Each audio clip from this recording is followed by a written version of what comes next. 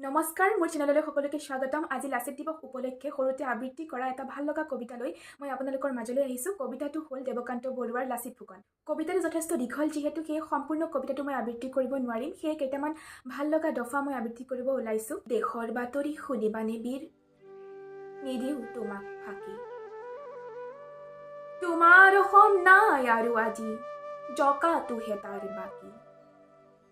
লুইতৰ এই বিশাল পাৰত নাই আৰু অসমীয়া, মৰি হজি ঢুকাল সকলো, চিনচাব নাইকিয়া। মন্ত্ৰিত্ব যাৰ শেষ কল্পনা, এছেম্বলি যাৰ আশা, সিনো কি বুজিবহে বীৰ তোমাৰ ৰণদুৰ্মদ ভাষা। দেশৰ সেনানী আকৌ এবাৰ মাথোন হুকুম দিয়া, আকৌ এবাৰ শুনোৱা তোমাৰ ৰণ আহ্বান বাণী। আকৌ এবাৰ ৰঙা কৰি মৰো লুইতৰ বগা পানী।